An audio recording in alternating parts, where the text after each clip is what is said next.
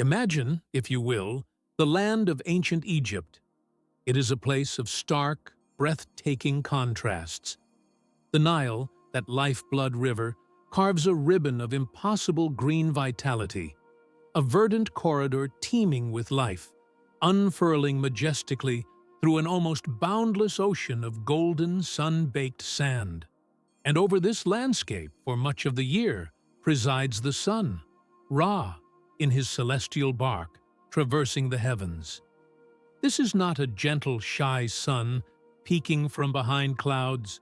No, the Egyptian sun is a formidable presence, a deity in its own right, magnificent, life-giving, but also undeniably, relentlessly powerful.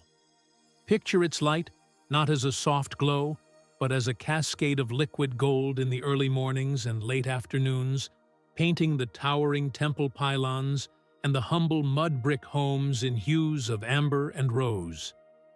Yet, as the day climbs towards its zenith, this golden light can transform into a blinding white intensity, a fierce, unwavering brilliance that bleaches the colors from the world. It bounces, it shimmers, it dances with an almost aggressive energy off the vast, undulating dunes of the desert that stretch to every horizon, each grain of sand a tiny mirror reflecting the solar fire. It glares back from the broad, placid surface of the Nile itself, turning the water into a dazzling, shimmering expanse that can make the eyes ache with its reflected light. Even the whitewashed walls of dwellings, designed to deflect the heat, contribute to this pervasive, encompassing brightness. The air itself often seems to hang thick with a hazy shimmer, a visible manifestation of the heat and light pressing down from above. In such an environment, simply seeing clearly, without the constant discomfort of squinting, without the dull throb of a sun-induced headache, would have been a daily challenge. The world was overwhelmingly bright, and it is here, in this theater of intense light, that Cole first steps onto the stage, not as a cosmetic, but as a remarkably practical tool, an ingenious adaptation to the demands of the Egyptian climate. The ancient Egyptians, keen observers of their world, would have understood the principles at play, even if they described them in different terms than our modern science. Think of the dark kohl pigment, meticulously applied around the eyes. This wasn't just a line, it was a barrier, a miniature shadow cast upon the delicate skin. The dark color, be it the deep gray-black of galena or the matte black of soot, possessed the inherent property of absorbing light, rather than reflecting it. This absorption dramatically reduced the amount of stray, bouncing light that would otherwise enter the eye from the surrounding skin, the cheeks, the bridge of the nose, the brow. It was, in essence, ancient glare reduction technology. We see a similar principle at work today, quite visibly, in the world of sports. Athletes, particularly those playing under bright stadium lights or the open sun, will often smear a dark substance, a kind of modern eye black, beneath their eyes. The purpose is precisely the same: to cut down on the glare reflecting off their cheekbones, allowing them to track a fast-moving ball with greater clarity and less strain. The ancient Egyptians, thousands of years prior, had arrived at a similar solution, born not from the demands of sport, but from the necessities of daily life in one of the world's sunniest civilizations. They understood that darkening the area immediately around the eyes provided a measure of visual comfort, a shield against the sun's relentless assault. This was not a trivial matter. Consider the life of an average ancient Egyptian. Their society was overwhelmingly agricultural, their lives intimately tied to the rhythms of the Nile and the cultivation of the fertile black land, the Kemet, that bordered its banks.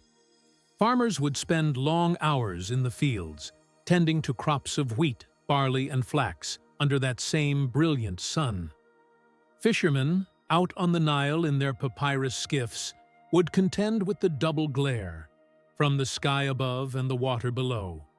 Builders and laborers constructing the monumental temples and tombs that still inspire awe toiled in the open air, quarrying stone, hauling massive blocks, their vision crucial for precision and safety.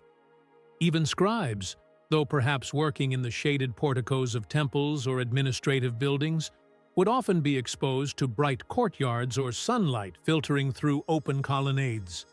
The sheer quantity of time spent outdoors or in environments saturated with intense, reflected light made such a visual aid incredibly valuable. One can almost imagine the sensation, the coolness of the coal paste, perhaps, as it was applied, the immediate, perceptible dimming of the world's sharpest edges, the softening of the blinding glare into something more manageable. It would have been a small, daily act of self-care that provided a significant degree of physical comfort, allowing for CL. Now, having explored the many reasons why coal was so indispensable to the ancient Egyptians, let us draw closer to the very source of its most iconic form, the deep, alluring black that so defined their gaze. We journey now to the alchemist's bench, to witness the careful transformation of raw, unyielding stone into the fine, precious powder that would grace the eyes of a nation. And the undisputed star of this particular show, the mineral most synonymous with classic Egyptian coal, was a substance known as galena. Galena, or lead sulfide, PBS, as modern chemistry identifies it, was the cornerstone of black and dark gray coal for millennia in Egypt. Its prevalence in archaeological finds, from the simplest coal pots to the most elaborate cosmetic sets, speaks volumes about its importance. But acquiring this mineral was not always a simple task. While Egypt was rich in many resources, significant deposits of high-quality galena were often found in more remote and challenging terrains. Imagine, if you will, expeditions venturing out from the fertile Nile Valley, away from the comforting presence of the river, and into the stark, arid landscapes of the eastern desert. This was a region of rugged mountains, deep wadis, and vast, sun-scorched plains, a place where water was scarce and the heat could be unforgiving. Small groups of miners, perhaps accompanied by guards and supply carriers, would make their way, guided by traditional knowledge of where these valuable veins of ore might be found. The Gebel el-Zayt region, along the Red Sea coast, was one such known source, a place where the earth grudgingly yielded its dark treasures. Similarly, the Sinai Peninsula, a land of stark beauty and strategic importance, also held deposits of galena that were exploited by the ancient Egyptians. These expeditions would not have been undertaken lightly. They required planning, resources, and a considerable degree of resilience. The miners would seek out these heavy, metallic-looking stones, often embedded within other rock formations. Galena itself has a distinctive appearance. In its natural, crystalline form, it often presents as cubic crystals, sometimes intergrown to form complex, almost architectural structures. It possesses a striking metallic luster, a bright, silvery sheen that can, paradoxically, appear almost black in certain lights or when tarnished. It is quite dense, feeling unexpectedly heavy in the hand for its size, a characteristic that would have been readily apparent to those who handled it. When struck or broken, galena tends to cleave along perfect, smooth planes, reflecting its underlying cubic crystal system, sometimes creating beautifully faceted fragments. The process of extracting galena would have been laborious, relying on simple but effective tools.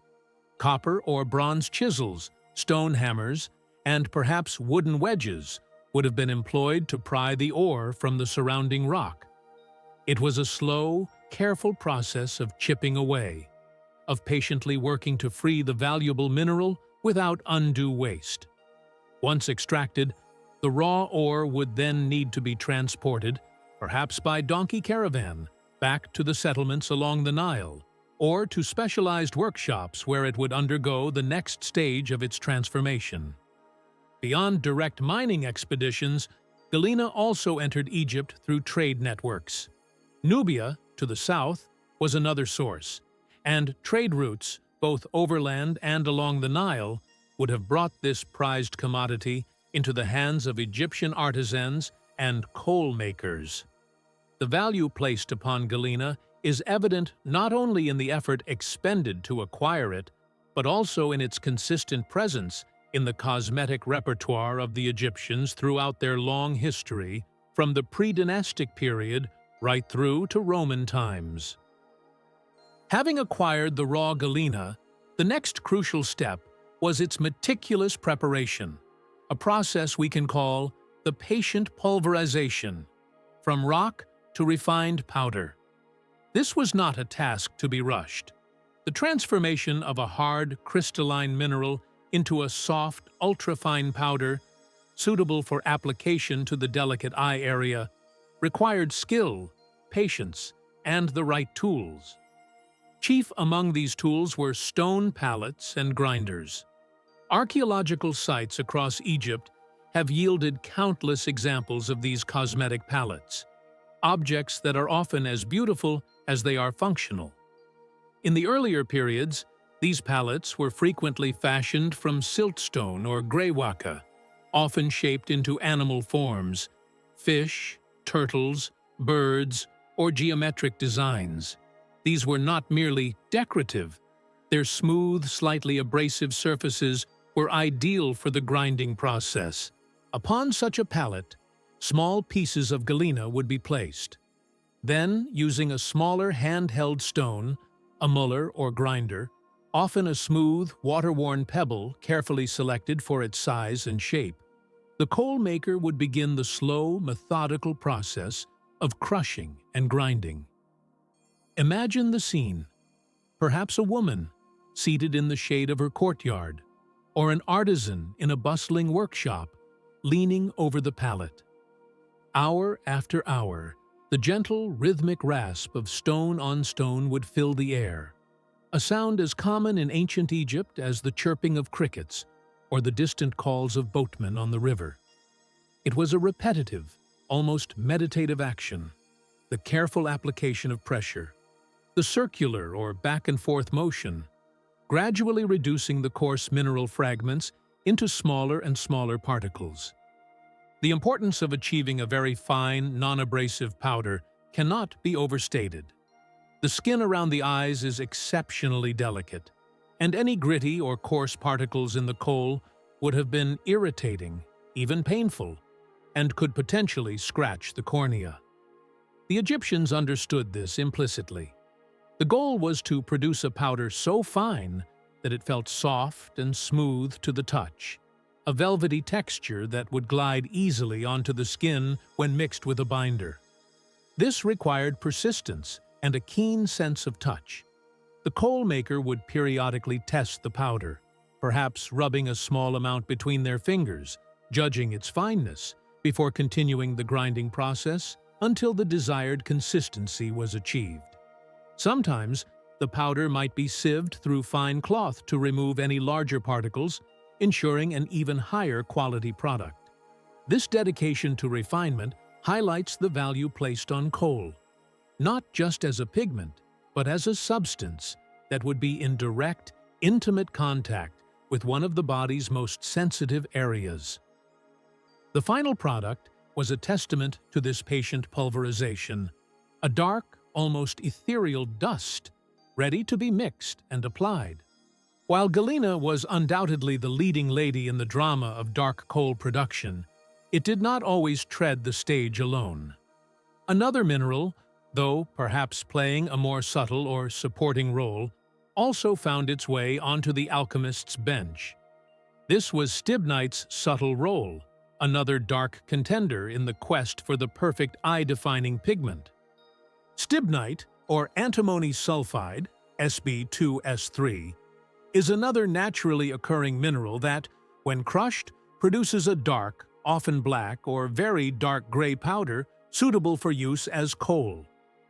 Sometimes one might imagine an ancient coal recipe being passed down. Another mineral, stibnite, with its own dark allure, would join the coal maker's palette, or perhaps be used in its own right when galena was less readily available. While not as ubiquitously found in coal samples as galena, its presence has been identified in some archaeological contexts, suggesting it was a known and utilized alternative or additive. Stibnite, or antimony sulfide, Sb2S3, is another naturally occurring mineral that, when crushed, produces a dark, often black or very dark gray powder suitable for use as coal. Sometimes one might imagine an ancient coal recipe being passed down.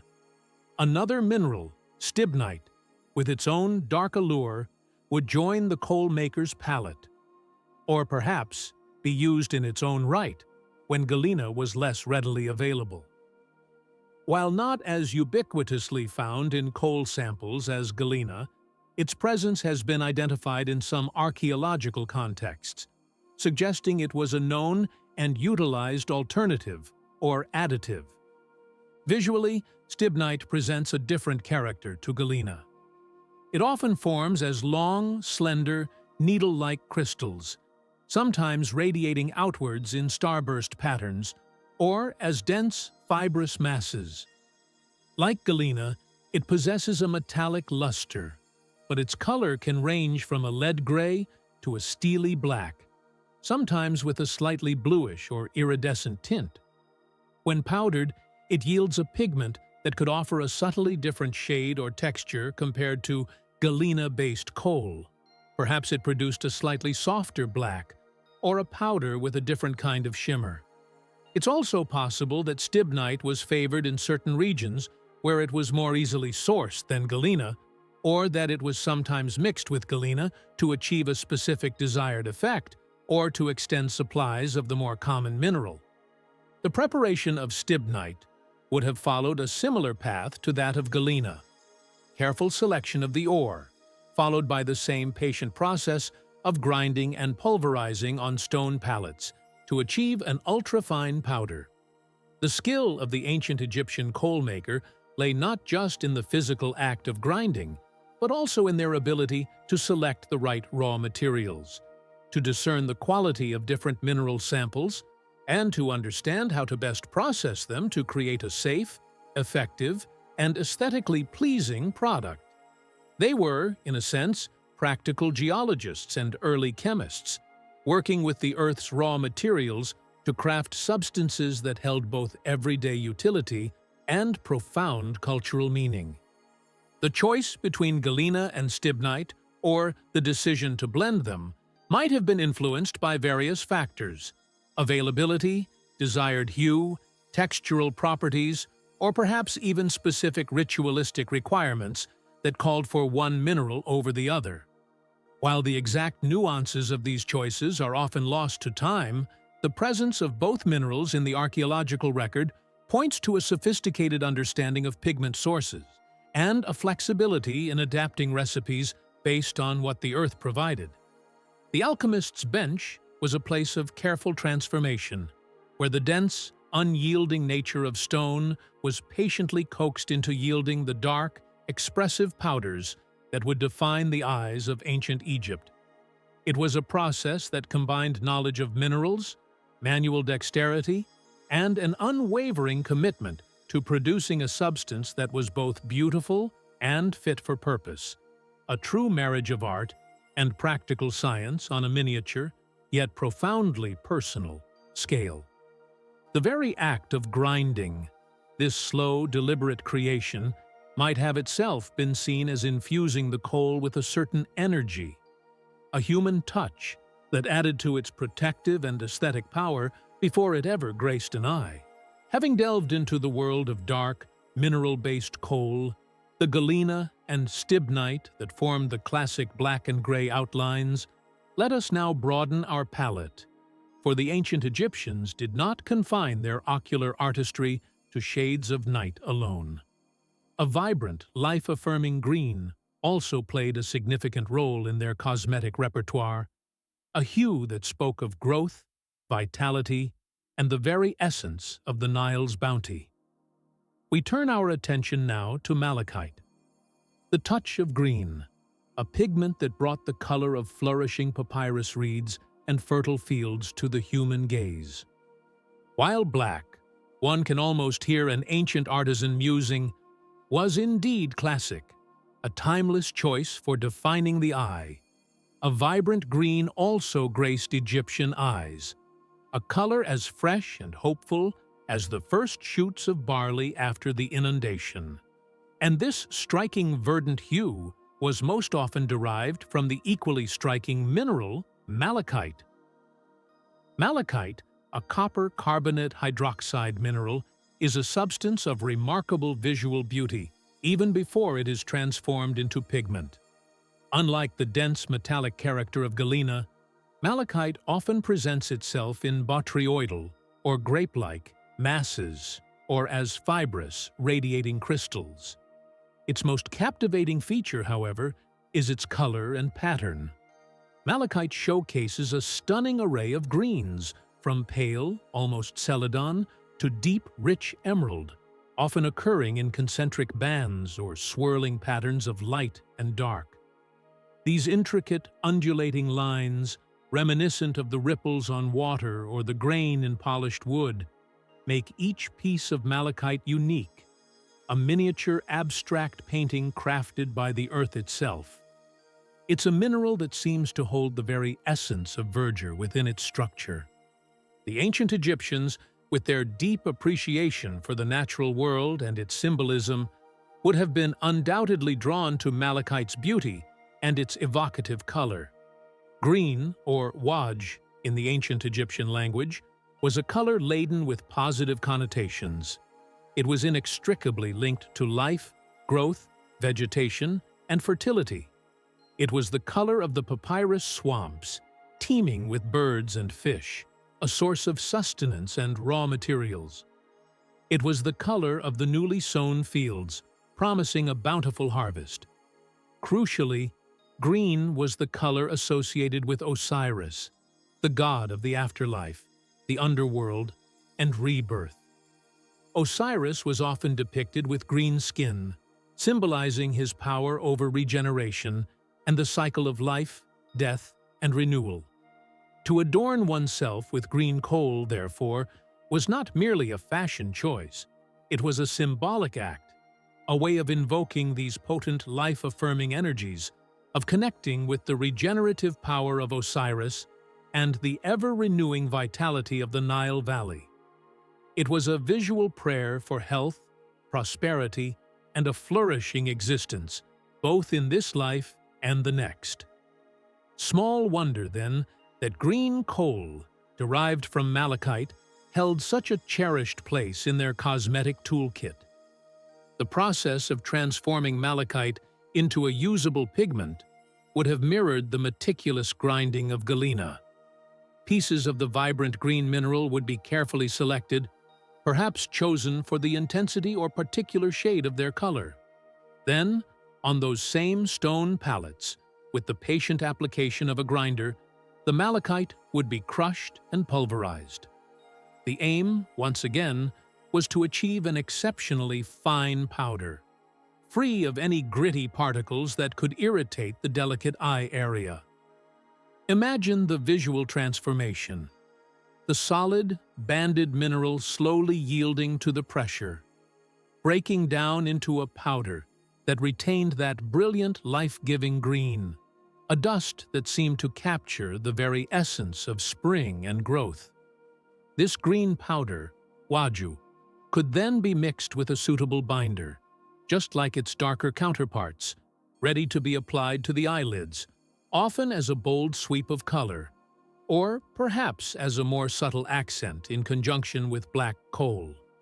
It offered a vibrant alternative, a way to bring the hues of nature directly to the human form, a splash of Osiris's own regenerative power. However, the pursuit of eye-defining pigments was not solely reliant on the sometimes challenging acquisition of minerals like galena, stibnite, or malachite.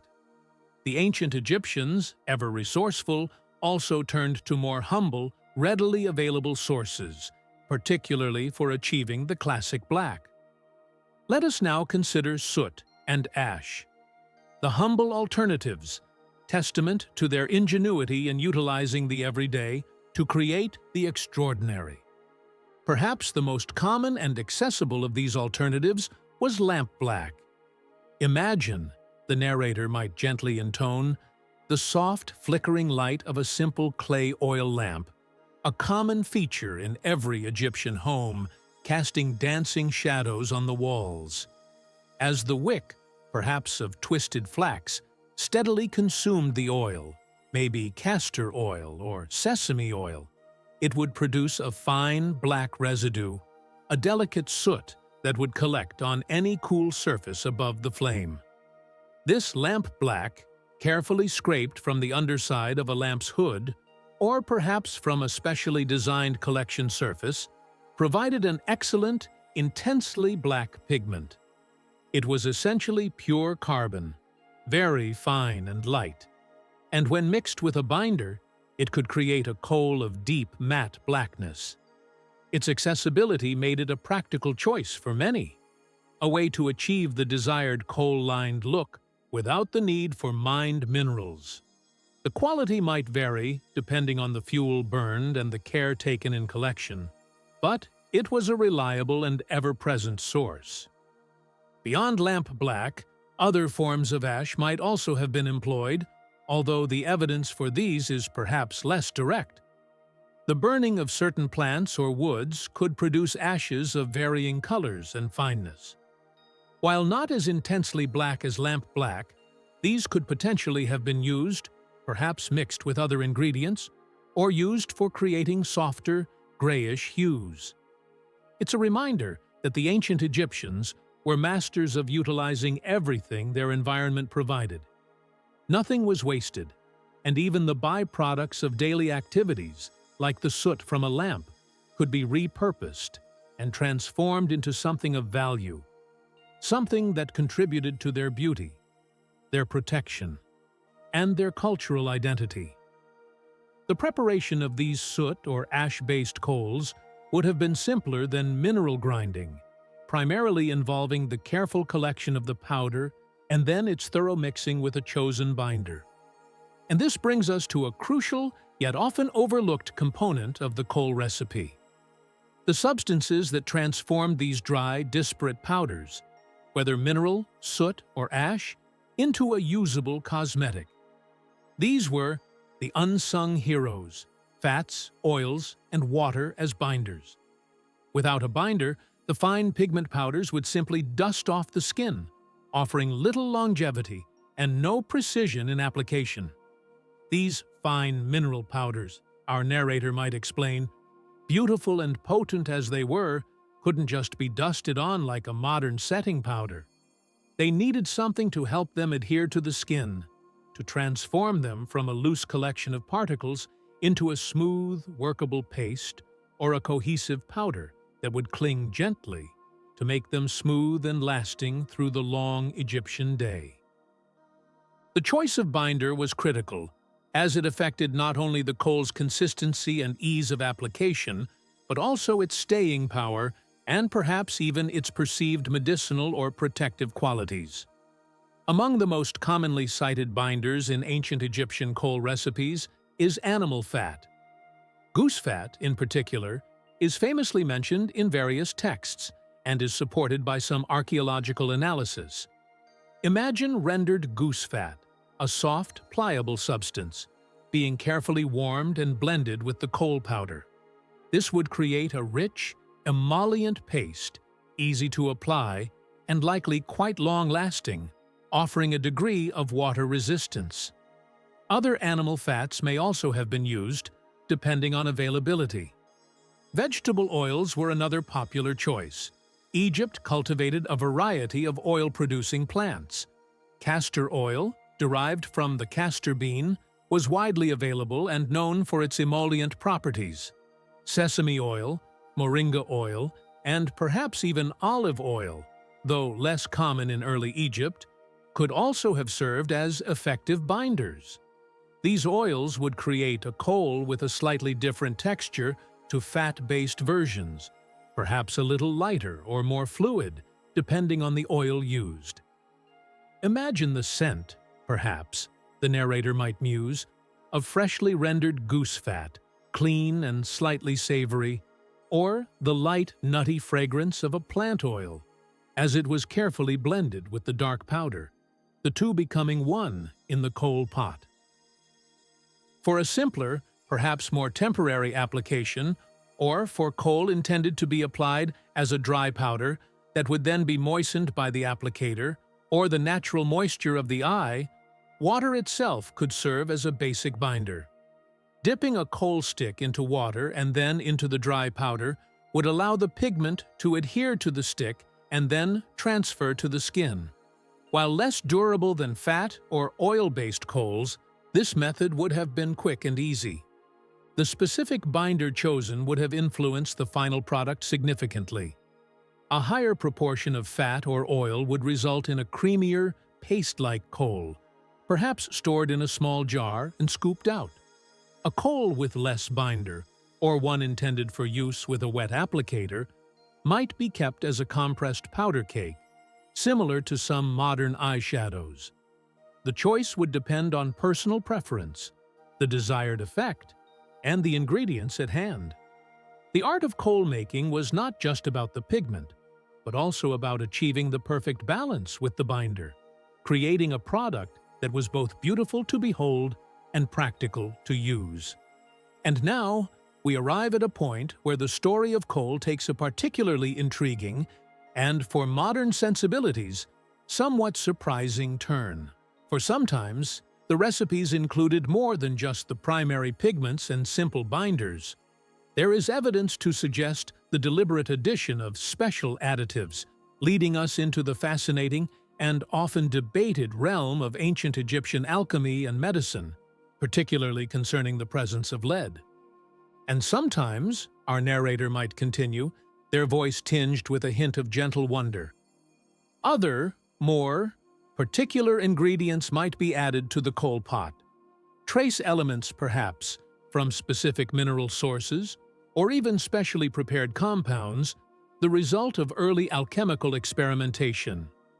While many kohl samples consist primarily of galena, which naturally contains lead, modern scientific analysis of ancient kohl residues has revealed the presence of certain lead compounds that are not typically found naturally occurring alongside galena in Egyptian geological deposits. Specifically, compounds like laurionite, lead chloride hydroxide, and phosgenite lead carbonate chloride have been identified. Their presence strongly suggests that these were not accidental inclusions, but were, in fact, deliberately synthesized by the ancient Egyptians through a form of wet chemistry, a sophisticated process for the time. This is where the surprise deepens. The notion of deliberately adding lead compounds to something applied near the eyes immediately raises red flags for us today, given our understanding of lead's toxicity. However, it's crucial to approach this through the lens of ancient understanding and context, avoiding anachronistic judgment. The ancient Egyptians were not aware of long-term lead poisoning in the way we are. Instead, it appears they may have observed, or believed in, certain beneficial effects from these specific compounds when used in very low concentrations, as was typical in their kohl. Modern science, the narrator would explain, very gently and without alarm, has delved into this ancient mystery, and the findings are rather remarkable. It's been proposed that these specific lead compounds, laurionite and phosgenite, when present in very low doses as they were in some Egyptian kohl, might have acted as a sort of topical stimulant. They could have triggered a very mild, localized immune response in the cells around the eyes, prompting the production of nitric oxide. This molecule, nitric oxide, plays a role in the body's defense mechanisms, helping to combat bacterial infections. So, far from being an oversight, the inclusion of these synthesized lead compounds might have been a deliberate, if intuitively understood, form of ancient preventative medicine. It's a curious case of ancient intuition, perhaps, the narrator might reflect, or an unintended yet beneficial side effect of their alchemical pursuits. They wouldn't have known about nitric oxide or immune cell stimulation, of course, but over generations they may have observed that coal prepared in this particular way seemed to offer an extra measure of protection against the common eye ailments of their time, keeping the eyes clearer and healthier. It's vital to frame this discovery not as the Egyptians poisoning themselves, but as a complex interplay of chemistry, observation, and belief. The amounts were generally very small, and the intention was likely protective or therapeutic, based on their empirical understanding. This was ancient science, ancient alchemy at work, a sophisticated manipulation of materials to achieve a desired outcome, an outcome that, in their eyes, likely combined beauty with a form of well-being. It adds another layer of complexity to the story of coal, revealing it not just as pigment, but as a product of early chemical engineering, a testament to the innovative spirit of the ancient Egyptians in their quest to harness the properties of the natural world, and even to create new substances to enhance their lives in ways both seen and, perhaps, medically unseen by them, yet effective within their own understanding. The coal pot was not just a cosmetic jar, it was, in some instances, a miniature apothecary holding a carefully crafted, multi-purpose preparation.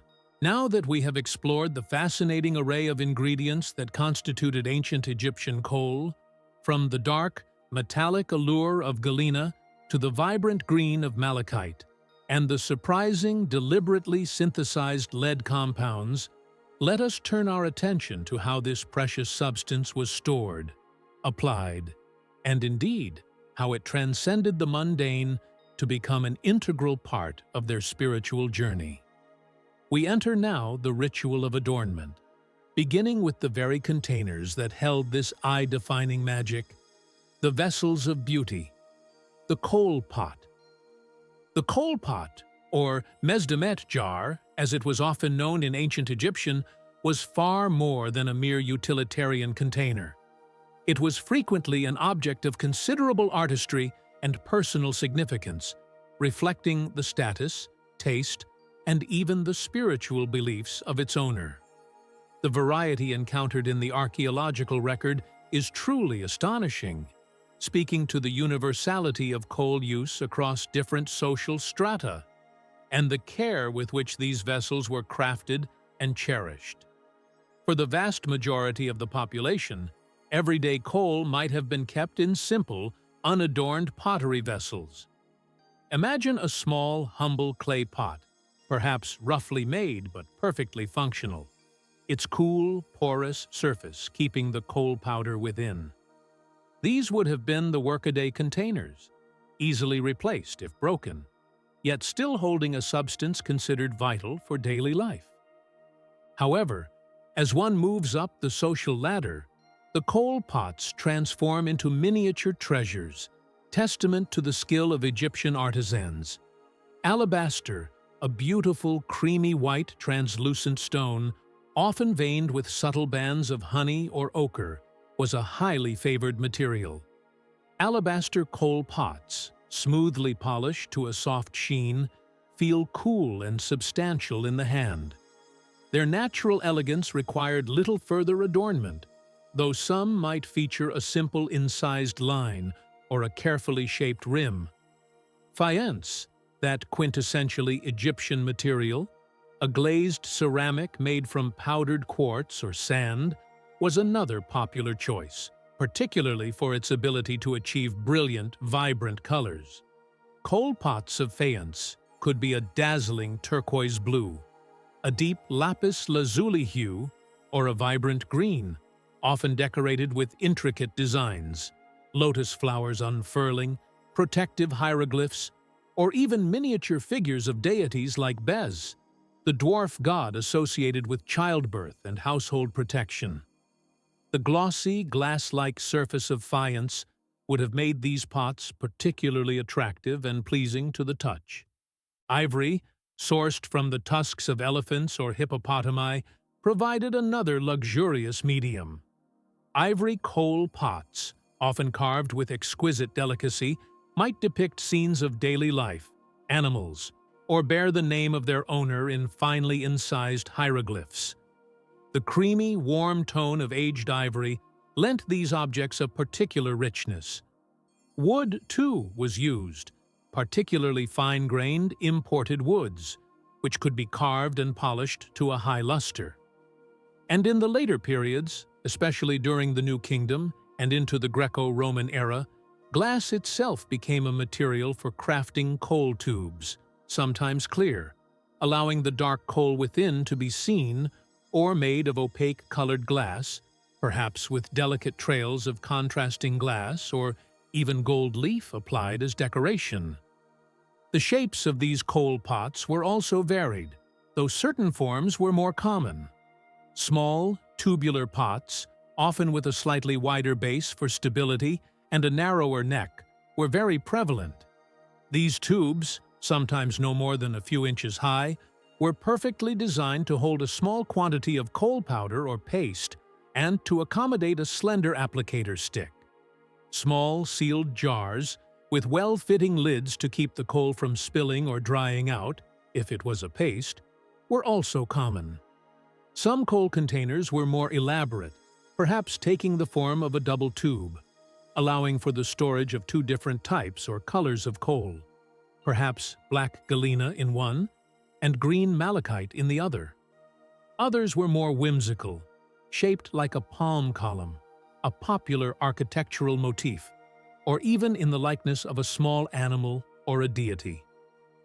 Imagine, our narrator might gently suggest, these little treasures, these intimate vessels of beauty, holding their precious dark powders or smooth pastes, sitting on a low wooden dressing table in an ancient Egyptian home, perhaps alongside a polished bronze mirror, a carved wooden comb, and small pots of fragrant unguents. Each coal pot, whether a simple clay vessel or an exquisite piece of faience, tells a story of personal care, of adherence to cultural norms, and of a deep connection to the aesthetic and spiritual values of their time. They were not just containers, but personal possessions, often carried into the afterlife, a testament to their enduring importance. Of course, the coal, whether powder or paste, could not apply itself. Essential to the ritual of adornment was the slender wand, tools for precision, the coal applicator or coal stick. These implements, like the pots themselves, varied in material and design, though their fundamental purpose remained the same: to transfer the coal from its container to the delicate skin around the eye with a degree of control and artistry. The most common materials for coal sticks were wood, ivory, bronze, and bone. Wood, being readily available and easily shaped, was likely used for many everyday applicators. These might be simple, smoothed twigs or carefully turned rods. Ivory, with its smooth, pleasing texture and durability, was a more luxurious choice, often polished to a high sheen. Bronze, cast and then smoothed, offered a slender, cool metallic feel, and its resistance to breakage would have made it a practical option. Bone, too, was utilized, easily carved and smoothed into the desired shape. Some coal sticks were even made of stone, such as hematite, or, in later periods, glass. The form of the coal stick was typically quite simple, yet perfectly suited to its task. Most were slender rods, varying in length, but generally small enough to be comfortably held and maneuvered. Often, one end of the stick would be slightly rounded or gently bulbous, designed for scooping a small amount of coal powder or paste from the pot. This end would then be used to draw the coal along the eyelid and lash line. Some applicators were plain and unadorned, their beauty lying in the natural grain of the wood or the smooth polish of the ivory. Others, particularly those belonging to the elite, could be more decorative. The non-applicator end might be carved with a small design, perhaps a lotus bud, the head of an animal, or even a tiny representation of a deity. These small details added a touch of personal artistry to an otherwise functional tool. The coal stick was an intimate object, one that came into direct contact with the body. Care would have been taken to keep it clean. It was often stored with the coal pot itself. Many coal tubes or jars had a slightly wider rim or a specific design that allowed the stick to rest within the container when not in use, sometimes even with a lid that accommodated the stick, keeping both the coal and its applicator protected from dust and contamination. The pairing of a beautifully crafted coal pot with an equally well-made applicator formed a complete cosmetic set, a cherished possession that reflected the owner's personal style and their participation in this deeply ingrained cultural practice. The act of selecting the coal stick, of feeling its smooth, cool surface, would have been part of the tactile pleasure of the daily coal ritual. With the coal prepared and the tools at hand, we come to the heart of the matter, the art of application, a daily ritual.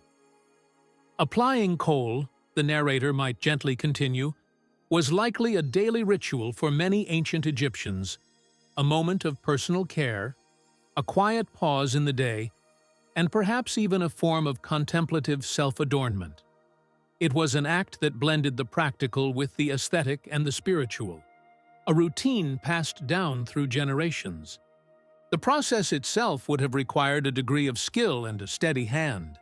If using dry coal powder, the applicator stick would first be dipped into the powder to pick up a small amount of the pigment. Sometimes, the stick itself might be slightly moistened, perhaps with water or even saliva, to help the powder adhere better and to create a smoother line upon application. If the coal was already prepared as a paste, the stick would be used to scoop a small quantity from the pot.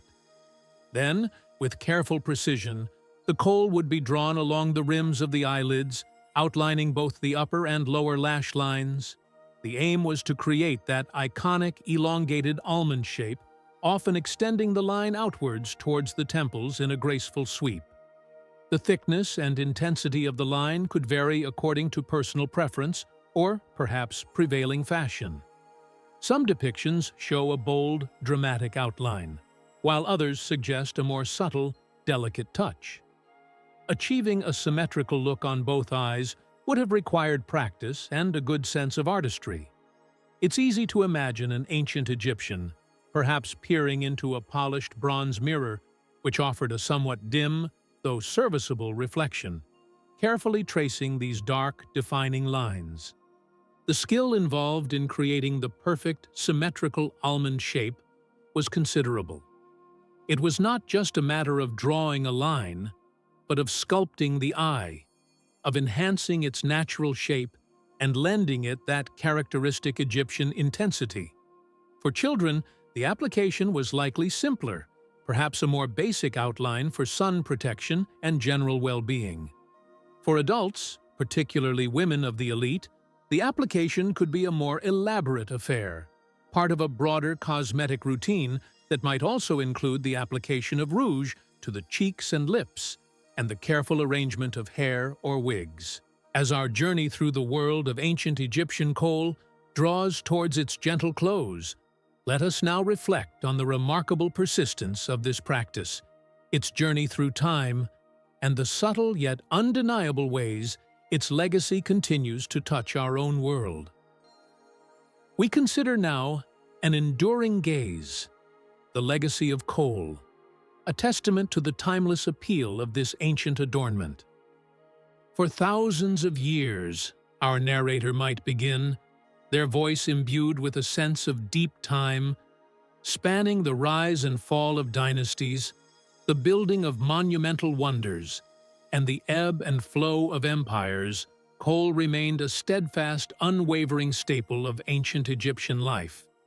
From the earliest whispers of unification in the pre-dynastic period, when rudimentary palettes were first used to grind pigments, through the grandeur of the Old Kingdom, the builders of the Great Pyramids, into the golden age of the New Kingdom with pharaohs like Hatshepsut, Akhenaten, and Tutankhamun, and continuing even as Egypt fell under Persian, Greek, and ultimately Roman dominion, the practice of lining the eyes with coal endured.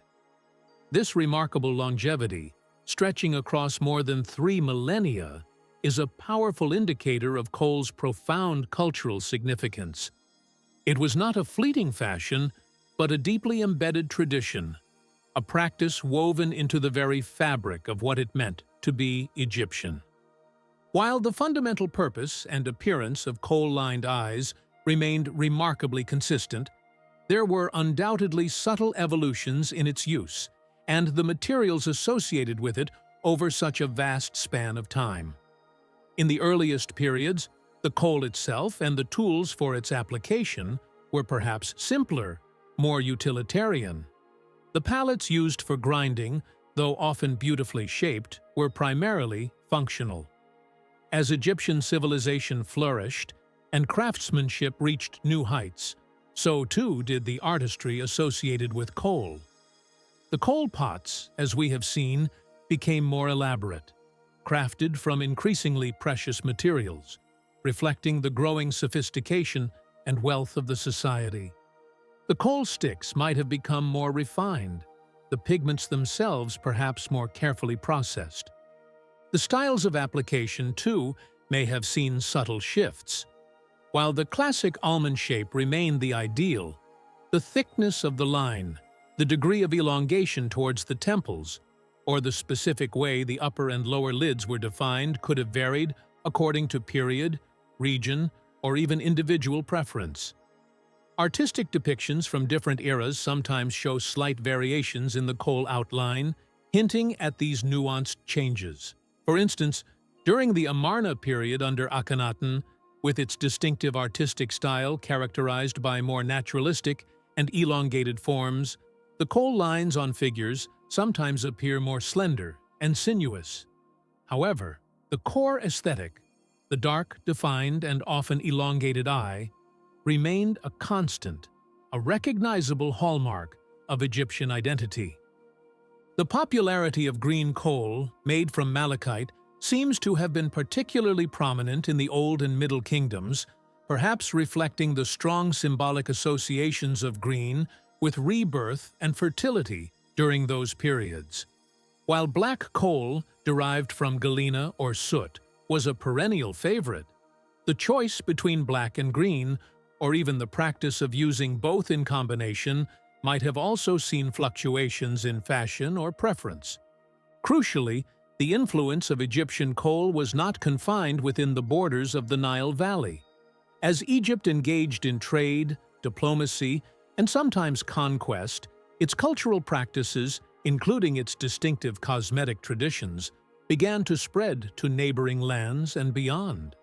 The allure of the coal-lined eye, with its connotations of beauty, power, and mystique, found resonance in other cultures.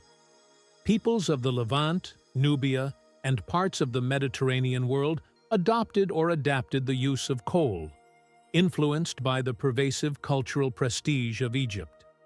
Later, through Greek and Roman interactions, elements of Egyptian cosmetic practices, including the emphasis on eye adornment, would filter into the wider classical world.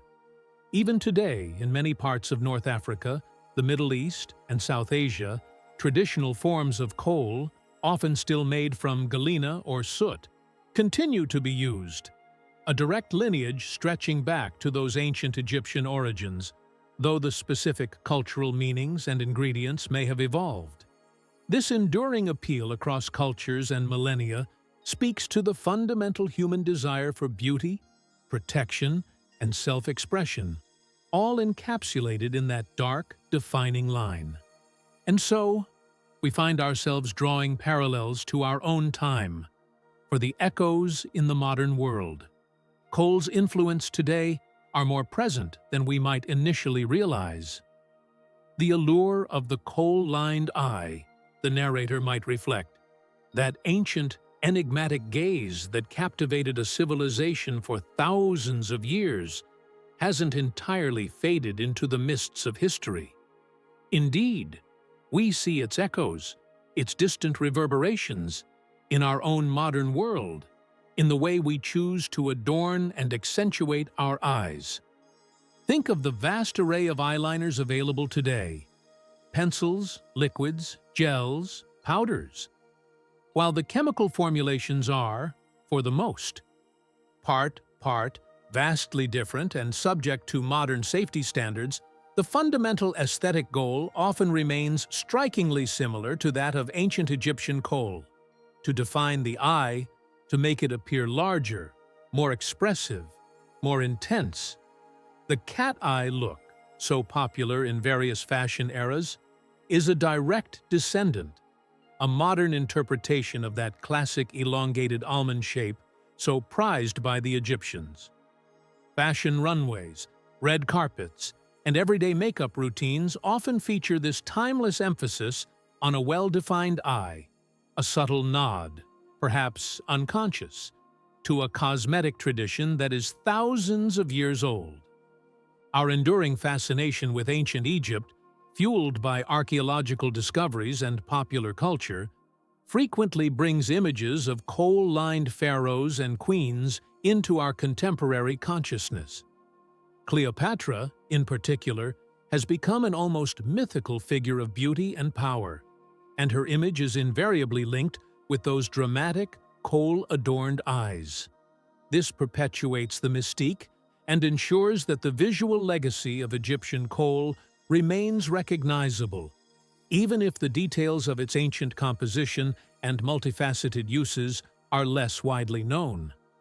Modern coal products, particularly those still sold under that name in various parts of the world, sometimes aim to replicate the traditional appearance and even some of the perceived qualities of ancient coal, though their ingredients are usually chosen for safety and stability, according to contemporary regulations. The deep black or gray hues, the ability to create a smudged, smoky look, or a sharp, defined line, all these are qualities that echo the versatility of the ancient substance. The very word coal in our cosmetic vocabulary is a direct linguistic link to those Mesdemet jars of antiquity. And as we reflect on this enduring legacy, it is worth revisiting, with a final gentle consideration, that most curious and surprising element: the deliberately synthesized lead compounds.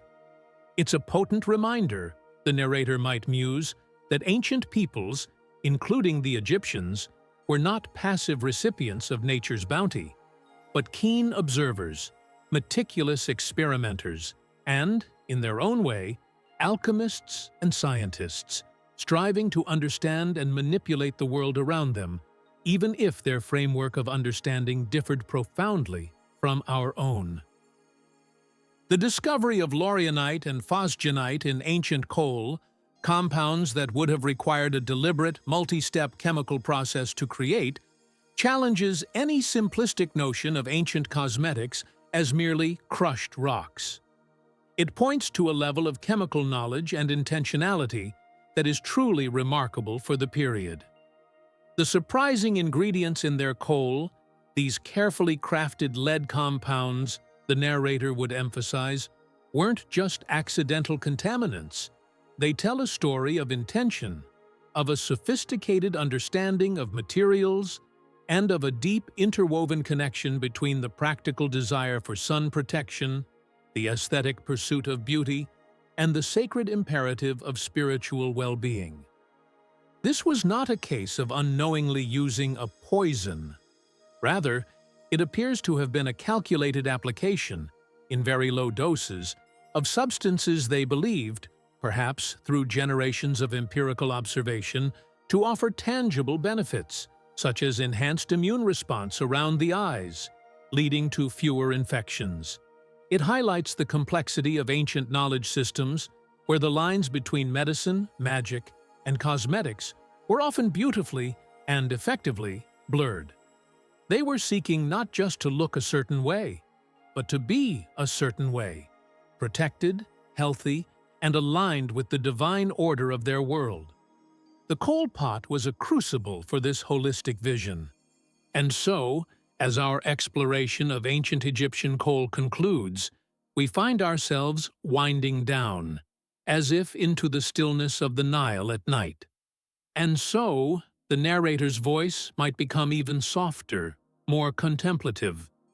As the coal pot is carefully set aside on an ancient dressing table, its precious contents having served their many purposes for the day, and as the brilliant Egyptian sun finally dips below the western horizon, giving way to the cool, profound stillness of a starlit desert night, perhaps we too can pause and appreciate the quiet, intricate complexity held within something as seemingly simple as ancient eyeliner. It was so much more than just a cosmetic.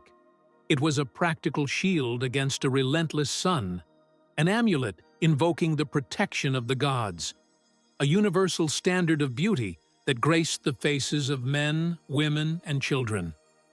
It was a subtle marker of status, reflected in the artistry of its containers, and a trusted, if intuitively understood, component of their daily health, a whisper of ancient alchemy. A single substance, the narrator might conclude, that shielded from the sun, that invoked the gods, that defined beauty, and perhaps even bolstered health for an entire civilization, all born from a few carefully chosen minerals, a touch of humble soot, some natural binders, and a spark of quite remarkable ancient ingenuity. It is in these small, everyday details, these intimate rituals of the past, that we can often find the most profound connections to the people who came before us, understanding that their lives, like ours, were a blend of the practical, the beautiful, and the deeply meaningful. The enduring gaze of ancient Egypt, framed by coal, continues to look out at us from across the millennia, a silent testament to a rich and fascinating human story. And now, perhaps, as the last echoes of this ancient tale fade, you too can allow your own gaze to soften, your mind to quiet, and drift gently into a peaceful, restorative sleep, perhaps dreaming of those distant, sun-drenched lands and the timeless allure of coal.